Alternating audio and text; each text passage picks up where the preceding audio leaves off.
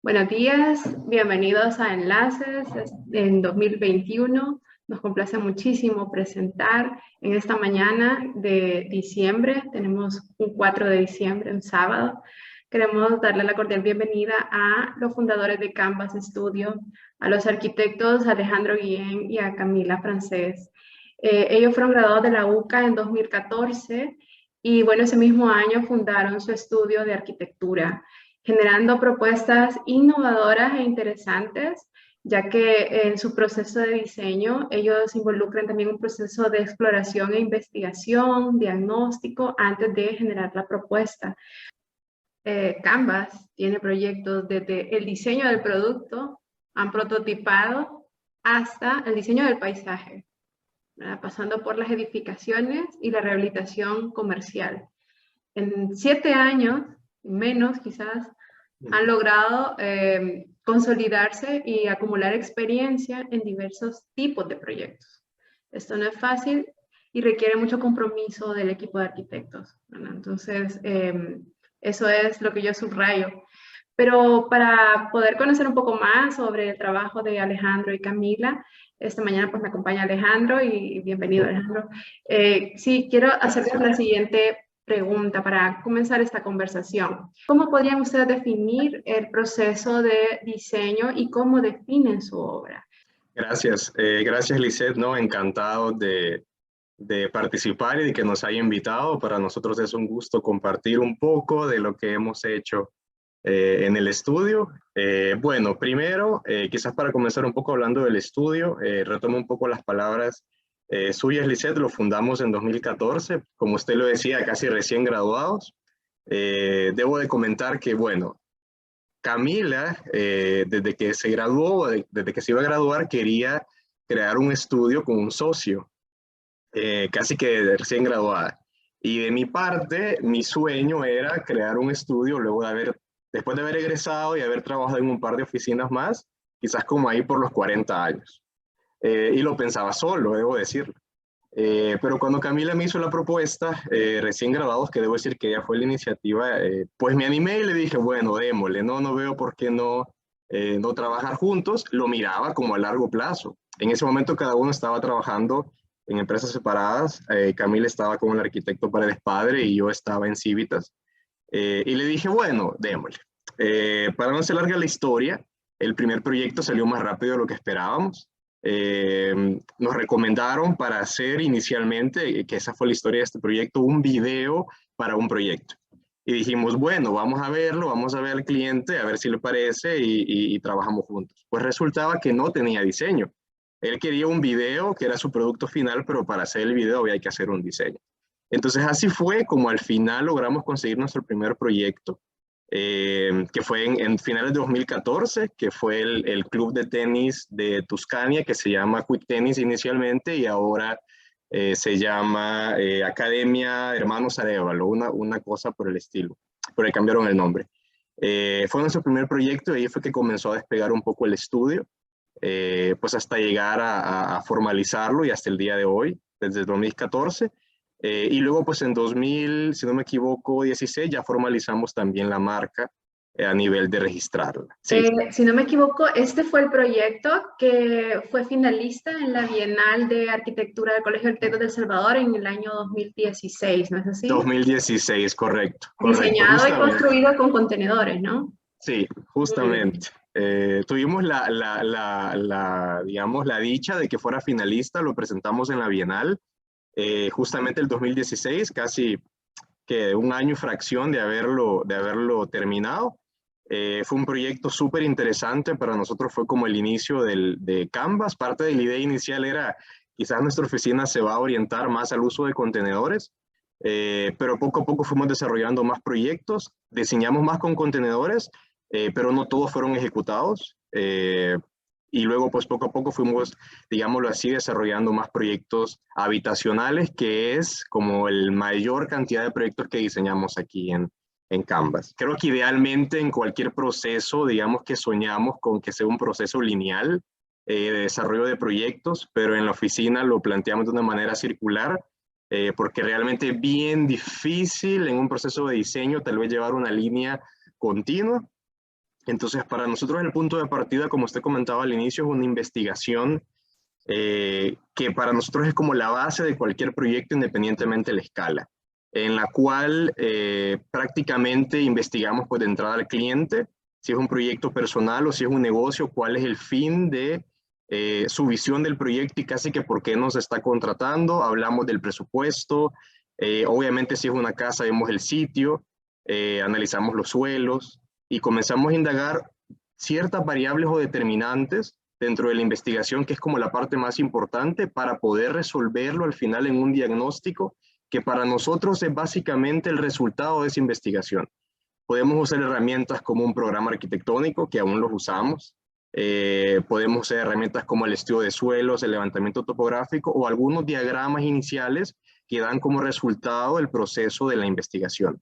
Llamémosle diferencias de niveles en un terreno, si hay vegetación que se va a conservar o no, aparte de los vientos y el soleamiento, que es algo característico de cada proyecto. Y luego del diagnóstico, que es como masticar toda esta información, que aquí básicamente, dependiendo del proyecto, pasan a veces entre 1 a 3 semanas sin que ponemos un solo dibujo de diseño. Todo es investigación y desarrollo de ideas, se comparte con el cliente las primeras cosas que son casi que tablas y esquemas, sin haber aún una propuesta clara. Hasta luego finalmente llegar a la propuesta, que normalmente en el estudio hacemos varias opciones, no solamente una. Creemos que parte de estar seguros de un diseño, porque es tan subjetivo saber cuál es el correcto y cuál no es el correcto, es ver opciones. Entonces vemos normalmente algunas opciones por proyecto, independientemente de la escala o el tipo. Se la presentamos al cliente, recibimos feedback y parte de eso es llegar a una propuesta final. Casi que estos 3 pasos, digámoslo así, forman parte para nosotros del anteproyecto. Debo decir que parte de la investigación, que se me olvidó mencionarlo, es que ahora los clientes normalmente tienen muchas imágenes de referencia. Ahora con el tema de Pinterest y Google es un factor extra realmente dentro del proceso, ver sus imágenes, ver sus sueños, por supuesto hay imágenes que aplican a la situación y otras que no, pero lo tomamos muy en cuenta porque es parte del sueño que tiene cada cliente de su proyecto. Luego de esta parte, que termina el anteproyecto, entramos en planos constructivos. Parte de esta, digamos que círculo naranja que sobresale es que para nosotros el plano constructivo abarca la propuesta y abarca las especialidades. Digamos que ahí casi que se combinan ambas situaciones del anteproyecto y de los especialistas, que para nosotros el especialista no necesariamente es, sí lo es, el ingeniero estructural, hidráulico, eléctrico, pero también lo puede ser el carpintero, el mecánico, el armador, que tiene mucha experiencia para ciertos proyectos que no requieren, digamos, un grado ingenieril de desarrollo, sino más un grado técnico. Entonces los tomamos muy en cuenta para poder armar, digamos, el plano constructivo final de cada proyecto. Entonces, en la etapa de proyecto vemos los planos, vemos las especialidades y, por supuesto, los permisos, que es un proceso. No todos los proyectos requieren permisos para poder funcionar. Y finalmente, para avanzar un poco también, llegamos a la construcción, que le hemos puesto este gran círculo gris, que es para nosotros el momento en el que el proyecto realmente se pone a prueba. Si al final todo lo que hemos hecho y pensado, que tratamos, vale la pena mencionar, de resolver la mayor cantidad de situaciones dentro del proceso para hacer más eficiente la construcción, nos ha funcionado en varios proyectos, detallar bastantes planos y coordinar mucho los especialistas, pero ese es el momento como que culmina o la cereza del pastel, donde todo este largo recorrido se pone en prueba a ver si fue positivo o quedaron algunos vacíos. Y esta etapa culmen, que es la construcción, ¿no? Y como usted bien lo ha dicho, es la cereza del pastel, más bien la ambición de todo ese proceso circular. ¿Cómo retroalimenta? Porque por eso es circular, ¿no? O sea, porque no acaba ahí en construcción, si no fuese lineal. Entonces, ¿cómo retroalimenta? ¿Cómo da feedback a esa circularidad? Buena pregunta. Dentro del estudio, digamos que parte de los servicios es el diseño, la supervisión y la construcción de nuestros proyectos. Digamos que no nos vemos como una constructora per se, porque no construimos proyectos que no hayamos diseñado hasta el día de hoy.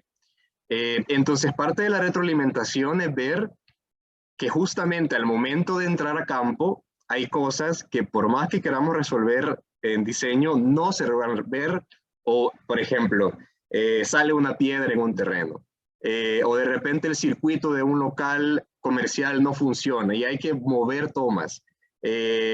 Nos pasó hace poco en un local comercial que hicimos un taladro sacanúcleo para poder incorporar un inodoro y de casualidad, suerte o mala suerte, nos topamos con una tubería de teléfono. Entonces, básicamente nos pasamos llevando la tubería de teléfono. Entonces, esa retroalimentación es ver cómo lo que planteamos en planos lo actualizamos al final dentro del proceso y a la oficina casi que regresa la situación en campo de nos pasó esto, busquemos una salida. Por ejemplo, en el caso del local comercial, volvimos a canalizar con otro camino para poder llegar al mismo punto y dejar el local con las instalaciones correctas y que no tuviera el problema del corte de la instalación y sellamos y todo y no pasó nada. Y así vamos retroalimentando al final todo el proceso que cada proyecto nos va alimentando en tema de experiencia técnica, cosas que fuimos encontrando para que el próximo proyecto se vayan resolviendo y mejorando, digamos, este proceso. Menciona usted locales comerciales, pero también vivienda. Quiere decir que tenemos proyecto nuevo desde cero, desde los suelos, y proyectos de acondicionamiento, ¿no? O sea, como Sí. me imagino que también tienen un área de retail. Entonces los retos Sí. son diferentes, ¿no? En esta etapa de ejecución de obras es diferente y la retroalimentación, por tanto, es diferente. Podríamos Sí. decir que tenemos más control cuando es nuevo, y menos control o más sorpresas cuando estamos recondicionando un Sí, espacio. sí, de acuerdo con ese comentario. También lo vemos así, lo nuevo realmente da la oportunidad de hacerlo, no sé si decir bien desde cero, pero de realmente ver todos los componentes, excepto el suelo, que si de repente sale una gran piedra, pues hay que reacomodar las fundaciones o sacarla. Pero sí, da más oportunidad de tener un mayor control.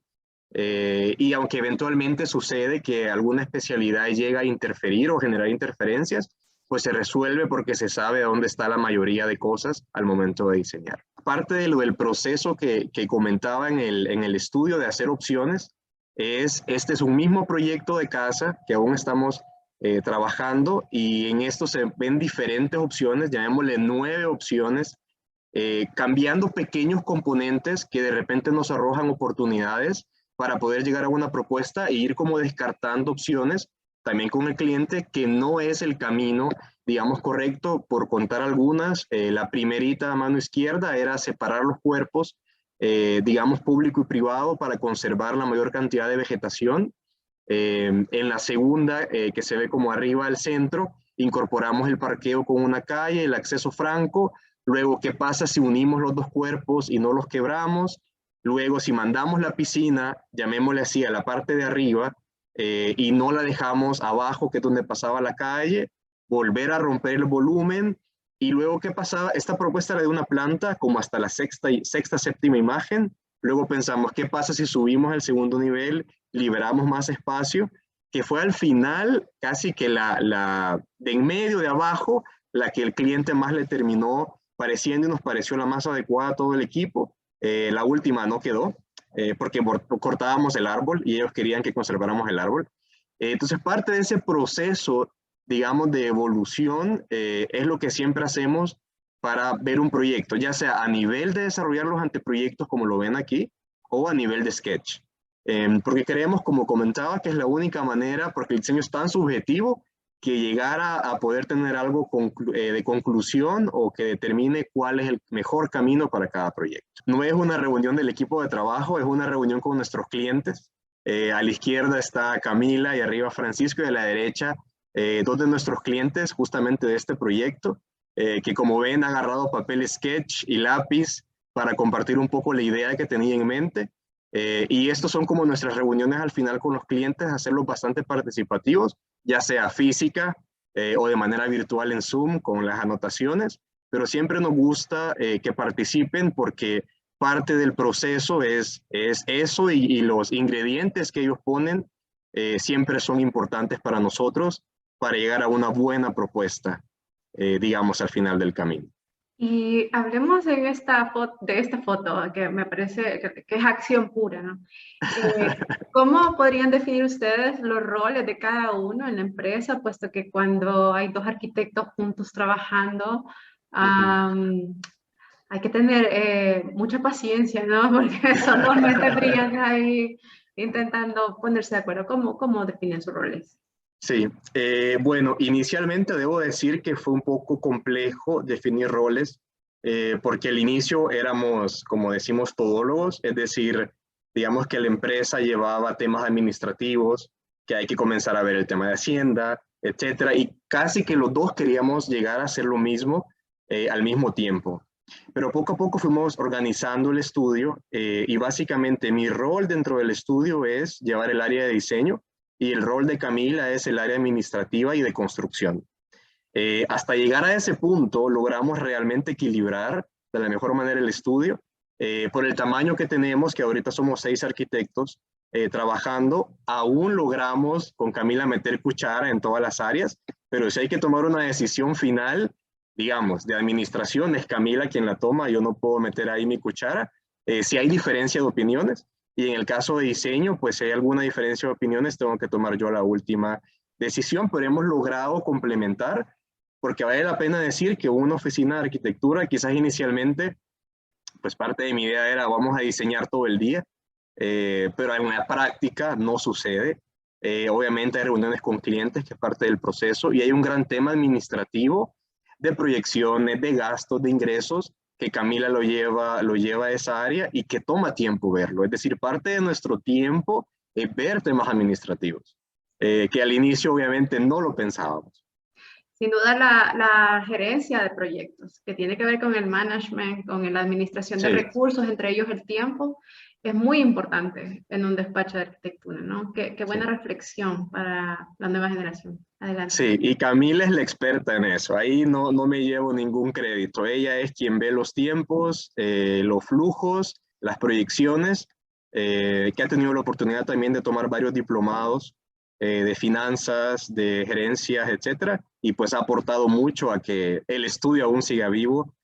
Luego creo que parte de la presentación que hemos preparado es ver 7 proyectos de 7 diferentes escalas, desde algo pequeño hasta algo más grande que hemos diseñado en el estudio, y comenzamos con este que ha sido el proyecto más pequeño que hemos hecho, que es de una empresa de grooming o de mascotas que se llama Didus. Básicamente el cliente nos buscó porque quería diseñar una jaula multifuncional para poder transportar perritos desde el hogar de los clientes a la casa donde iban a darles el baño y digamos, el trato a los perritos. Entonces, básicamente, él no quería usar los kennels y subutilizar el espacio de su van.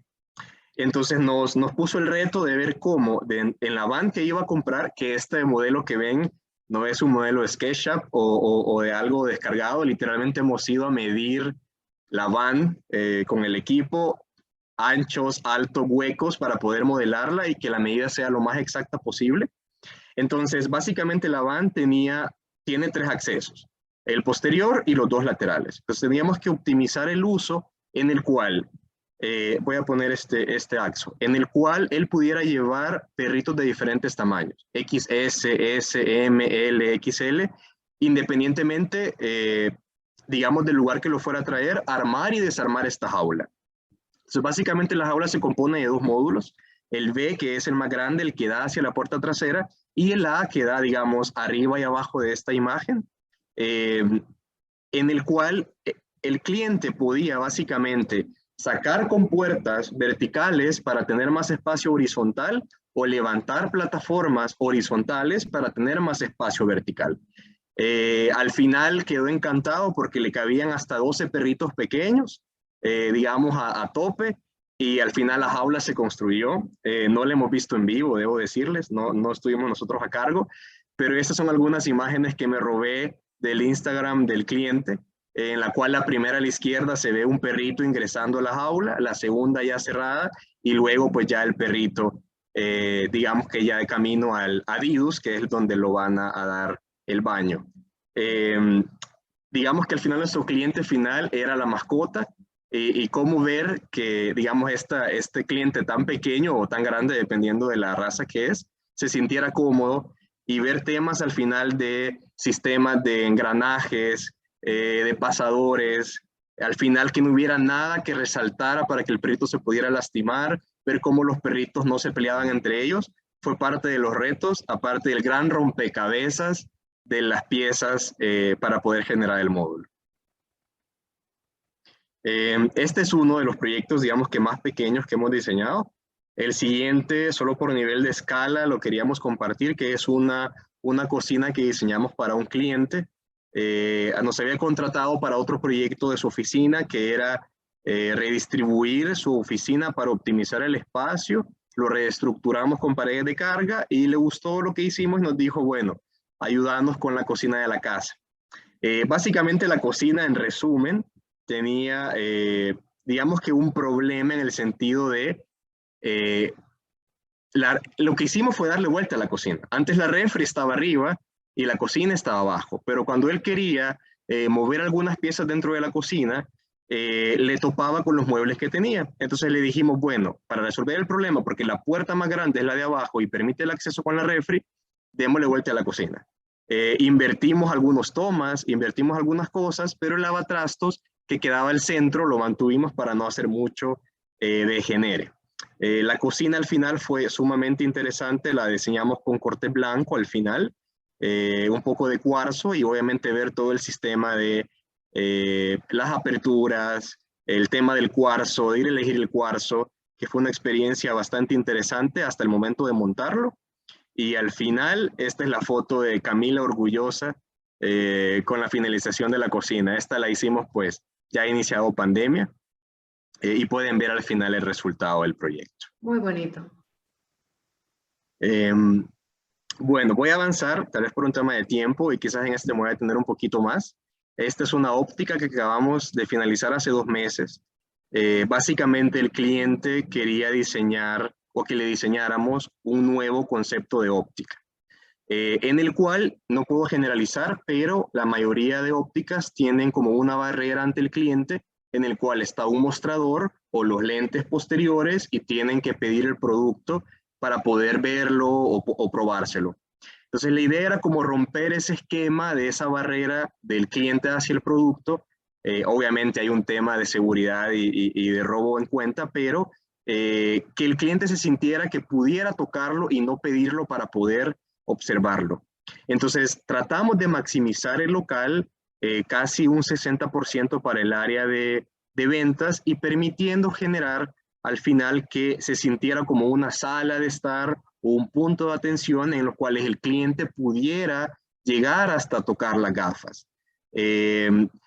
Otra parte importante del proyecto también fue que no queríamos tener un mostrador que rompiera o que tapara la visual hacia el local, porque normalmente, y es un recurso utilizado, poner, digamos, maniquíes o torres con gafas dando hacia el corredor para llamar más clientes.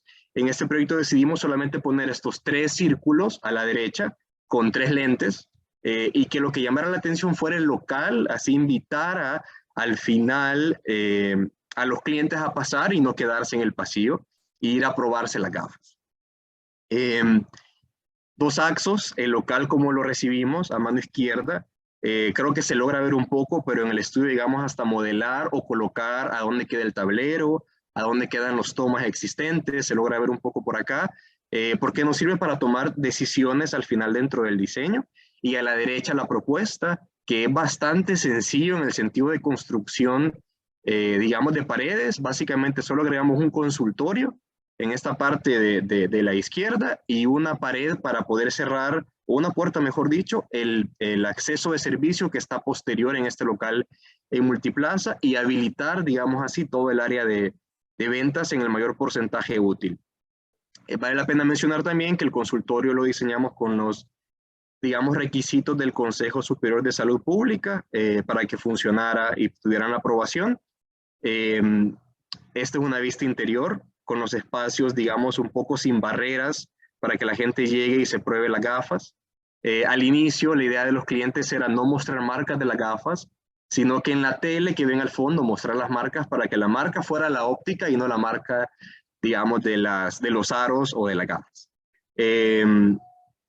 Vistas de los costados, un poco las repisas empotradas en esta pared, un poco de ritmo también a nivel de diseño, y a la izquierda se logra ver una especie de, le llamamos como un bar al final con bebidas y cafés para los clientes, como un plus dentro de la convivencia o dentro del proceso del local.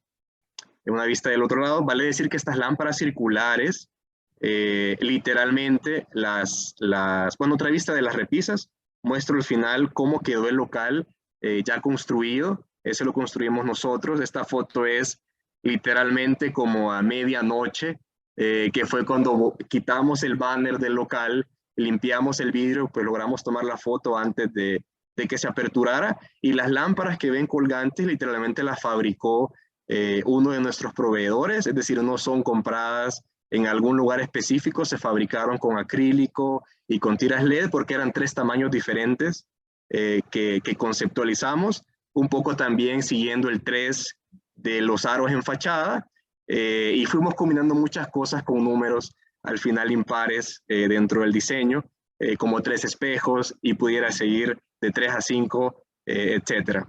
Y este fue al final el local, ya está funcionando, y según nos comentan, esperan que abramos o que diseñemos otro pronto para el otro año, porque ha sido bastante rentable el negocio. Pues impacta mucho ver cómo la construcción es idéntica al render. O sea, como cuando el arquitecto diseña y luego ejecuta, logra el objetivo, ¿no? Esto es impresionante. Sí. Yo pensaba que esto era un render, es una foto. Sí, es una foto justamente. Y si logramos, el cliente también nos dio mucho la oportunidad y la confianza de aceptar, digamos que tal cual el diseño, porque suele pasar, vamos a ver otro proyecto más adelante, que hay pequeños cambios en construcción. Creo que es parte del proceso, pero en este caso fueron mínimos.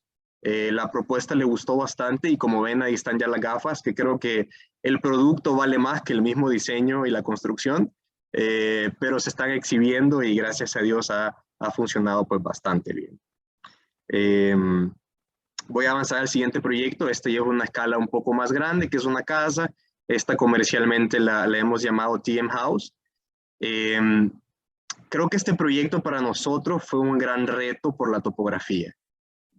Básicamente la casa desde la calle hasta la primera parte plana que se ve son 7 metros de alto y luego sube otros 3 hacia el fondo, es decir, casi 10 metros de diferencia entre la calle y la parte más alta del terreno. Tratamos de integrar bastante la fachada de la casa con la topografía y no hacer una solución tan agresiva a nivel de terracería. Básicamente este es un axo del proyecto.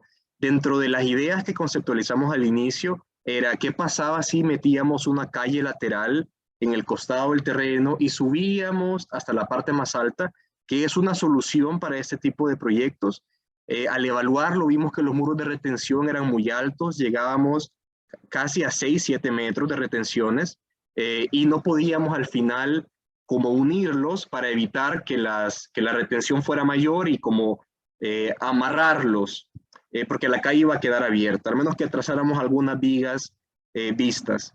Pensamos también qué pasaba si en vez de llegar hasta el final con la calle, nos metíamos en una cochera, no sé si se logra ver mi cursor del mouse, pero nos metíamos en una cochera y nos parqueamos en un nivel inferior. Llegamos a desarrollar bastante esa propuesta, pero el presupuesto se excedió, digamos, de la proyección de inversión de nuestros clientes y llegamos al final a una solución que prácticamente es un túnel, en el sentido que parqueamos en un nivel bajo, 3 vehículos, ingresamos ya sea lateral o frontal, si es visita, ingresamos a este túnel para subir, digamos, a una cota que ya el terreno tiende a ser más plano. Porque parte del sueño de los clientes cuando compraron el lote es aprovechar la vista estando en esta terraza. Entonces la casa tiene un jardín frontal y no posterior. Entonces todos los espacios privados y públicos dan hacia el campo de golf, a esta altura que estamos 7 metros arriba de la calle prácticamente. Entonces el túnel prácticamente pasa desde este punto hasta esta zona. Subimos casi que 1,5 niveles. Debo decir que teníamos un poco como de miedo al final de esta solución, si iba a ser ya construida la mejor opción, pero a pesar de eso, al irla desarrollando poco a poco nos dimos cuenta que sí era el mejor camino, logramos llegar, digamos, hacia el presupuesto estimado de la casa, y al final la experiencia de pasar por ese túnel, actualmente que ya está por terminarse la casa, es una cosa bastante interesante dentro de las soluciones.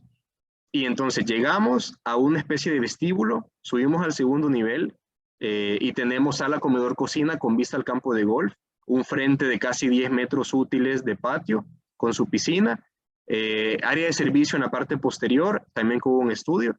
Subimos al siguiente nivel y tenemos los 3 cuartos con vista, en este caso el máster con su walk-in y su baño, los cuartos juniors y una sala familiar posterior que a esta altura ya le podíamos dar jardín, digamos, en la parte de atrás. Este techo que tapa parte del túnel se propuso traslúcido para que iluminara un poco parte de ese túnel, la parte de iluminación que tenía del parqueo un poco lateral. Nuevamente la vista del techo, usamos al final una lámina con aislante térmico acústico, tratamos de abrir un poco las fachadas laterales para ventilación cruzada. Debo decir que el este es nuestra fachada principal, o sea, el sol de la mañana, que dentro del estudio poco a poco nos vamos enamorando más de ese sol, que no lo sentimos tan agresivo, pero el sol de la tarde está atrás, tratamos de cerrarnos lo más que podíamos porque es el sol más agresivo, y al final todo el sol de la tarde da sombra por la misma construcción en la terraza frontal. Entonces estar en la tarde en esta terraza es una cosa súper agradable. El norte, por supuesto, de este lado, que ahí entra un poco la variable de tenemos vecinos, no podemos abrirnos tanto al norte, pero a pesar de eso tuvimos algunas aperturas que nos hacen una especie de flujo de viento interesante en los espacios, digamos, de segundo nivel. Ya la casa, digamos que construida y con grama, pues ya da una sensación de frescura diferente. Es increíble cómo la grama aporta a la frescura de la casa estando ya sembrada. Este es un render, ¿verdad? Este es un render, sí. Sí. Ya vamos a ver aún la foto. Decimos que esta casa tiene como 2 fachadas, porque tiene la fachada, digamos, desde la calle, que se ve este muro de retención de piedra, y la fachada estando arriba, digamos, en el espacio vivible a los 7 metros de la casa. Teníamos por aquí un pequeño voladizo, digamos, del cuarto principal, pero parte interesante también, debo mencionar, es esta apertura de más de 10 metros de vidrio en fachada, que al final lo estructuramos con los ingenieros, dejando este bloque que se logra ver aquí, es una pared de carga. Entonces esta pared de carga sale con una viga que ayuda a esta viga más larga a que su claro, su claro no sea tan grande. Entonces logramos estructurar este frente como de 10 metros y con esta pared de apoyo que coincide con los ejes de los cuartos, como se logra ver acá. Por supuesto tiene un forro de madera porque tiene un mueble de alacena incorporado, pero ahí cae justamente la pared, que con ese cambio de material ni se logra percibir al final que es una especie de pared de carga para soportar, digamos, ese volado o ese voladizo, que es la pared de la izquierda. Esto es un poco la vista de render de lo que se lograría ver desde la casa, y esta es una vista del cuarto principal, y este es como está la casa ahorita en proceso. Se logra ver parte del estacionamiento soterrado, donde están las láminas, donde se ingresa para el túnel, los cuartos principales y el sala, comedor, cocina. Bueno, a esta altura ya se engramó este talud, y como ven también un poco el cambio de la fachada en el sentido de los perfiles metálicos superiores, que fue un cambio que se dio en el proceso. Estupenda propuesta, Alejandro, muy, muy interesante, compacta, ortogonal, pero es audaz en los claros, como ya lo explicó bien. Solo un arquitecto que también domina la estructuración, como los arquitectos de la UCA, pueden Claro, verdaderamente lograr desde sus propias mentes, ¿no? O sea, ya que el ingeniero revisa las ideas, pero ya va a lo seguro la ingeniería. sí. Interesante también ver cómo el talud hace la transición entre el cuerpo superior Ujú. y todo ese plano de ingreso, ¿no? Además, esta decisión generalmente no la decisión más económica, a veces es la más bonita, ¿no? O sea, entonces hacer el equilibrio entre lo económico, lo práctico y lo estéticamente aceptable y lo técnicamente factible, ¿no? Es muy bueno, porque la contención al final está abajo y la casa está completamente implantada en el terreno sólido. No han necesitado hacer Correcto. más muros para detener Correcto. Y al toda final amarramos los muros, que debo decir que eso ayuda un montón a que el muro no reciba, a nuestra percepción de arquitectos, con apoyo del ingeniero, que no perciba tanta carga, porque al final, digamos que las partes más altas logran tener un arriostramiento. Debo decir que, como usted también lo dijo, parte de nuestro proceso para nosotros el ingeniero no es el enemigo, el ingeniero es nuestro amigo, porque nos ayuda a poder llegar a este tipo de propuestas y lo valoramos un montón, las estructuras en el estudio lo priorizamos, que al final si va a ir una columna, pues vemos cómo la colocamos, o si va a una pared, pues vemos cómo la incorporamos en el diseño, porque al final parte de esto es la seguridad de la inversión también de nuestros clientes, que por no andar quitando algo, pues vaya a sufrir la estructura o esté comprometida o muy comprometida. o Entonces muy el cara, ingeniero, ¿no? perdón, O muy cara. o muy cara, exacto, exceder mucho el presupuesto porque obviamente los voladizos son caros. Eso creo que es algo clarísimo porque se sobreestructura para poder soportarlos.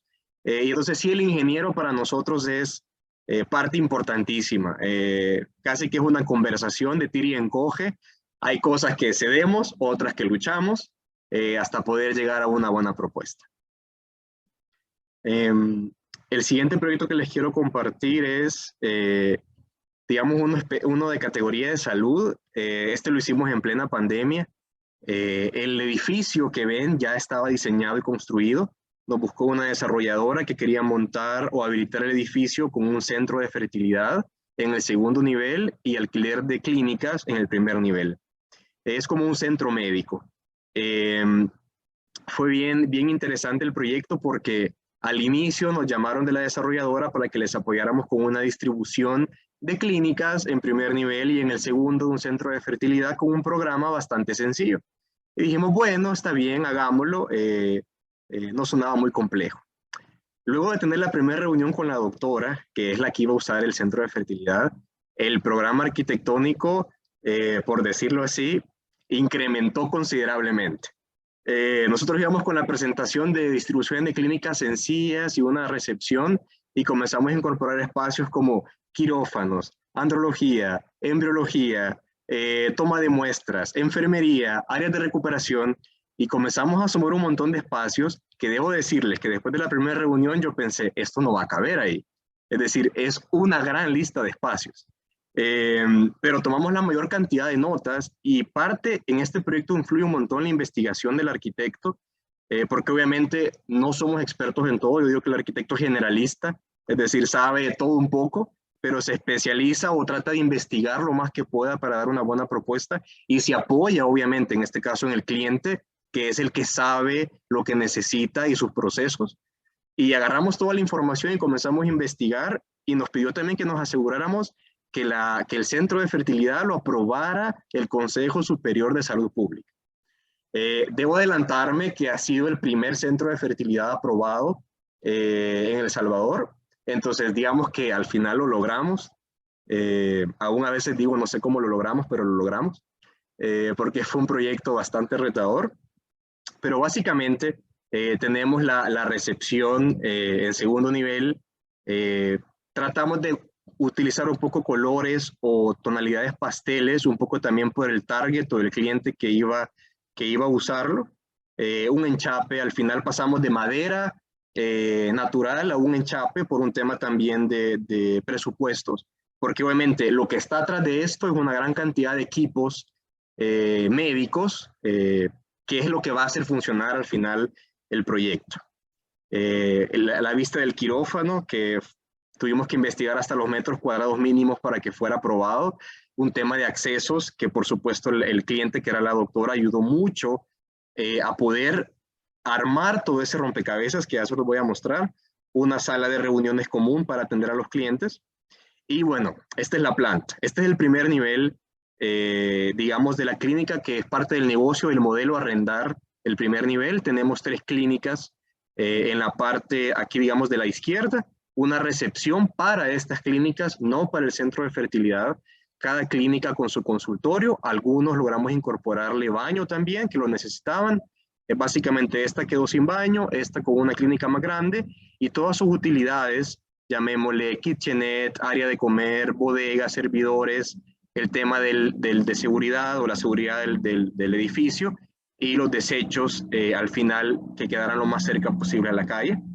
Y digamos que esta parte, cuando nos dijeron, pues estábamos bien, pero esta parte fue el mayor reto para nosotros, cómo acomodar esa cantidad de programa que logran ver a la izquierda un poco la lista de espacios, aparte de entender en un tiempo corto los equipos que ella ocupaba para poder desarrollar todas sus actividades. Al final lo organizamos casi que desarrollando un área privada, digámoslo así, y pública, privada a la izquierda y pública a la derecha, en la cual el cliente estaba en un vestíbulo, las 2 clínicas inmediatas para cualquier consulta. Una de las clínicas, como logran ver, tiene conexión a andrología en esta parte de acá, la otra no, pero tiene acceso entre ellas. Luego de esta puerta, digamos que está la parte privada de la clínica, donde está, como les mencionaba, el tema de andrología, toma de muestras, enfermería. Esta parte de acá, que es embriología, que está cerca del quirófano por un tema de procesos. 2 salas de recuperaciones también cerca del quirófano. Por supuesto, evaluamos los radios de giro de las camillas, por eso los pasillos también se sienten un poco más grandes. El área para prepararse antes de entrar al quirófano, que prácticamente es lavarse las manos, y un poco de, digamos, en esta parte de acá que tenemos la limpieza y los materiales a utilizar, aparte de los baños privados para las doctoras que iban a estar haciendo todos los tratamientos. Entonces, armar todo este rompecabezas fue un gran reto en un tiempo corto, pero sí debo decir que el proyecto se construyó con la distribución tal cual y está operando y funcionando y aprobado. Y bueno, en esta parte pusimos unas áreas de reportes, que los doctores eventualmente hacen reportes luego de pues hacer los tratamientos, y salas de reuniones comunes para doctores y para los clientes. El proyecto no hemos tomado fotos, también robé fotos de las redes sociales, pero ya está, digamos que ya está hecho. Como ven, cambió un poco el tono del logo, pasó de dorado a plateado, pero en su ubicación propuesta. Y esta es la recepción. También pues cambiaron el enchape. Parte del proceso creo que no solamente es un cambio de diseño, sino que también disponibilidad de material, porque al inicio uno puede proponer un tipo de material, pero al momento de comprarlo ya no hay en stock. Y más ahora con el tema de la crisis de los contenedores, es sumamente difícil tener un material o esperarlo tanto tiempo para poder habilitar, digamos, que un proyecto. El siguiente proyecto que queríamos mostrarles es, digamos, que otra escala, digamos, un poco más grande. Este centro de fertilidad tenía alrededor de 560 metros cuadrados, y esta siguiente oficina, que es un proyecto corporativo, tiene alrededor de 1000 metros cuadrados el piso. Digamos que proyecto, que es de You Assist Me, que es una empresa de asistencia virtual radicada en El Salvador, pero dando servicios en Estados Unidos. Digamos que fue la tercera propuesta que les diseñamos. La primera propuesta fueron sus oficinas temporales, porque se mudaron de su edificio actual a un edificio más pequeño, en lo que les entregaban este edificio, que es el edificio Colabora. Y entonces les diseñamos la primera propuesta previo a pandemia.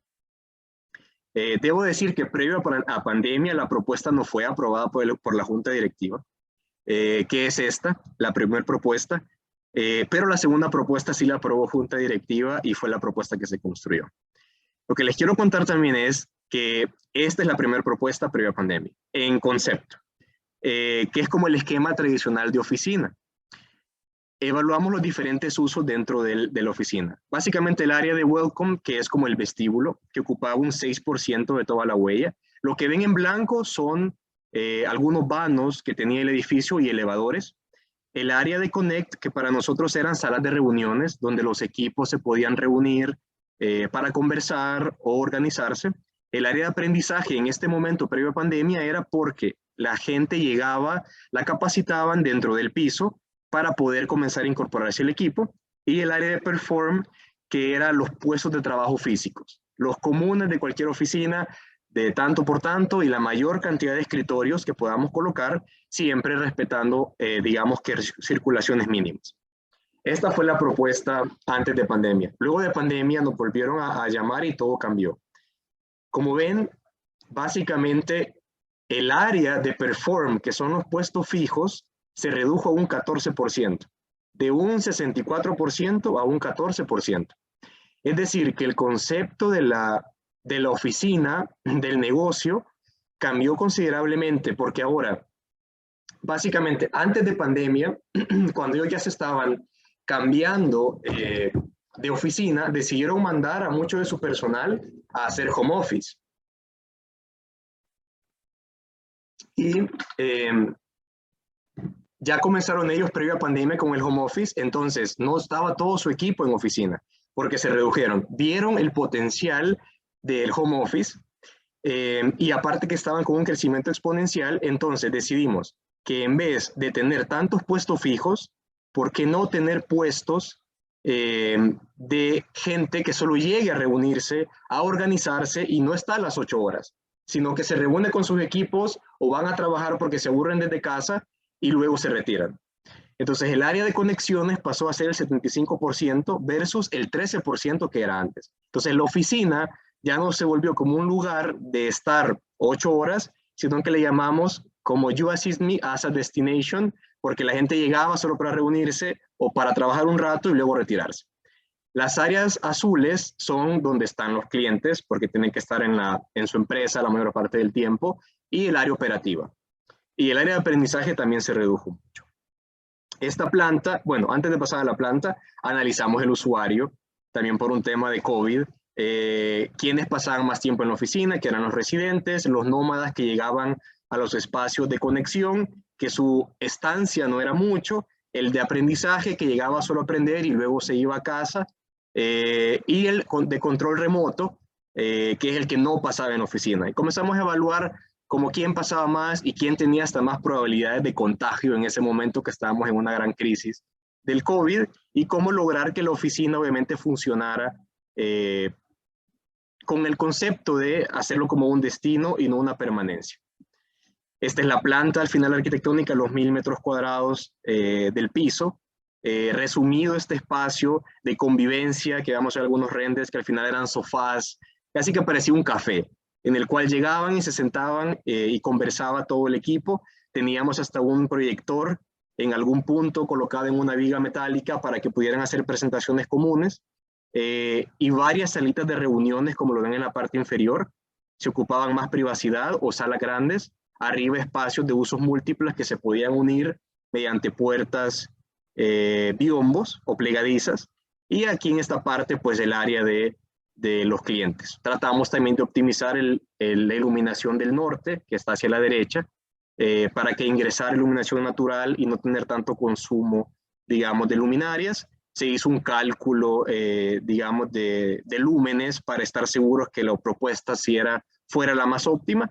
Y también al sur abrirnos un poco con algunas protecciones para que fueran espacios, digamos, que útiles de trabajar. Un render de este espacio como de café o de conexión, que al final no se percibe como una oficina, hasta tenemos unos huevones por ahí al fondo, en el cual la gente llegara a estar y no se sintiera como que estuviera en una oficina. Las salas de reuniones, pintamos algunas vigas en amarillo a nivel del render, al final no se pintaron así, se puso un cielo pintado de amarillo. Un poco los espacios de oficina y la cafetería.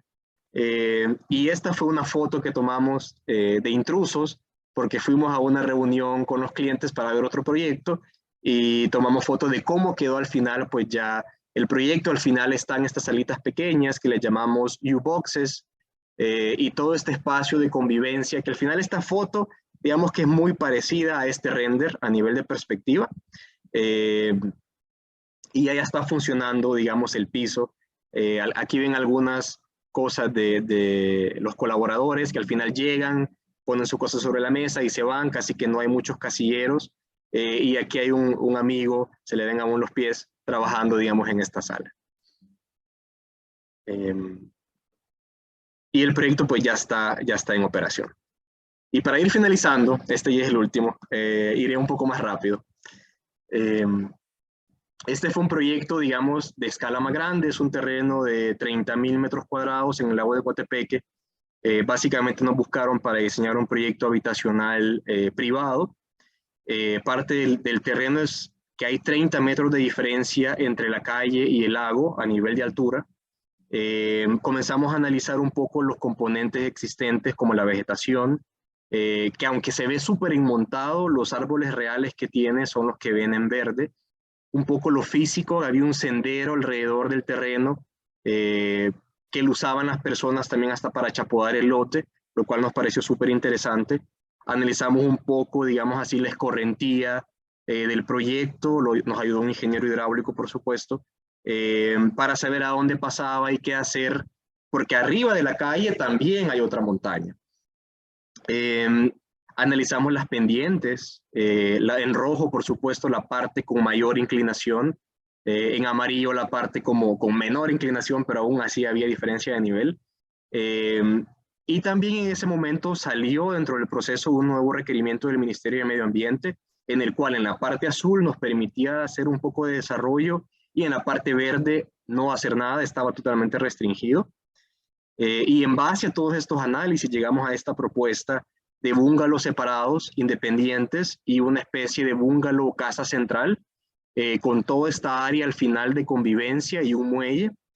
Traslapamos un poco toda la información para asegurarnos que la propuesta no interfiriera con la escorrentía natural del proyecto, que el área plana fuera realmente el área de convivencia mayor de estar. Por supuesto, los búngalos están un poco con muros y en alto, por la misma topografía, y como ven, prácticamente estamos interviniendo como en el 20-30% de todo el terreno, un poco por su complejidad también, y si no iban a hacer obras bastante costosas, manteniendo dentro del margen de lo que el ministerio pide, y un poco pues un render de conjunto de cómo al final terminó la propuesta. Y para ver un poco la magnitud de la altura del proyecto, este es como un render desde el lago y se ve realmente esa montaña en el cual los búngalos se van emplazando, lo decíamos, como piedras puestas dentro del terreno, sin, digamos, que volver un proyecto demasiado invasivo y respetando la naturaleza, digamos,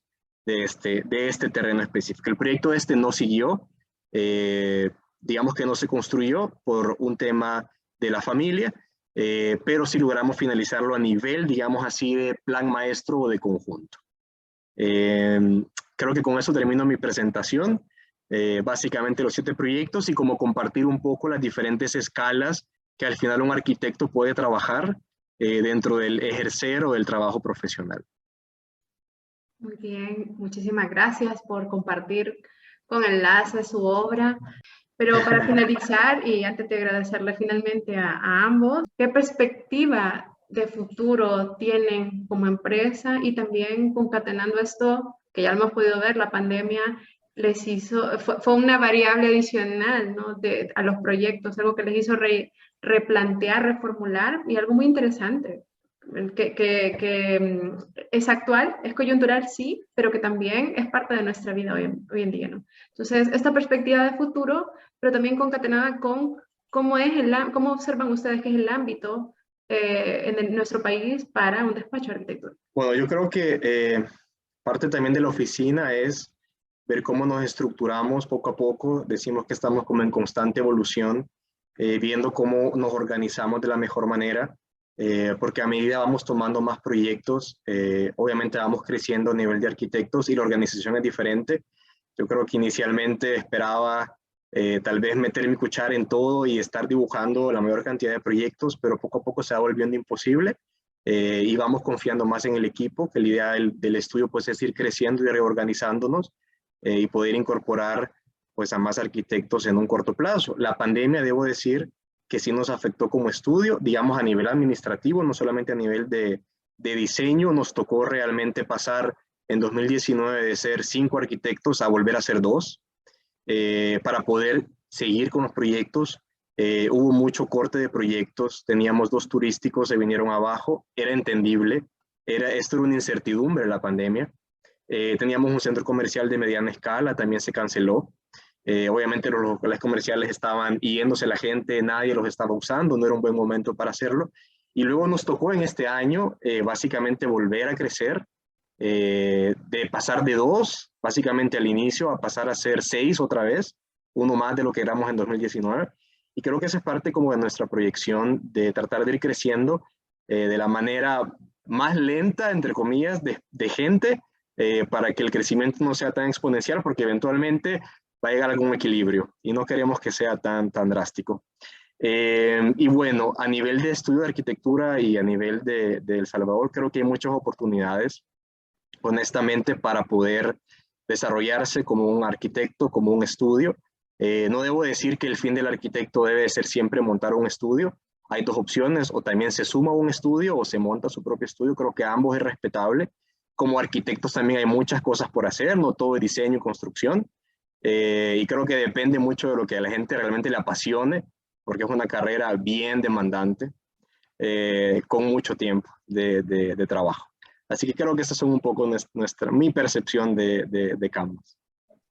Excelente, Alejandro. Ha tocado todos los puntos. Es un gran mensaje, poderoso mensaje para todos, no solo las nuevas generaciones, sino que para todo nuestro gremio. Bueno, y desde Enlaces, pues además de potenciar ese trabajo que hacen los graduados de la UCA, hablar de arquitectura, que siempre es tan grato, ver proyectos, ver cómo conciben y cómo lo materializan. Yo creo que para mí este tiempo siempre es una ganancia, ¿no? Entonces, y también la forma en la que lo va explicando, parece ser que aquello no es un trabajo, sino que es el disfrute diario, ¿no? Pero sí todo lo que hay detrás de un proyecto, como usted lo mencionó, ¿no? En términos gerenciales y administrativos. Pues muchísimas gracias nuevamente a Canvas Studio, a sus 2 socios fundadores y a todo su equipo de especialistas en ingeniería también. Qué bueno, nos da muchísima alegría, ¿verdad? Son un gran ejemplo. Les auguramos muchísimas satisfacciones más adelante, ¿verdad? Siempre motivados a participar en las competencias de diseño, pues tienen un producto de gran calidad. Mi respeto, admiración para ustedes. Y bueno, mi aprecio también y muy agradecido en nombre del Departamento de Organización del Espacio del DOE, de su ex alma mater de ambos, Camila y Alejandro. Muchísimas gracias en esta mañana por haber compartido su obra y nos desconectamos. Hasta luego. Listo, un gusto, chao. Adiós.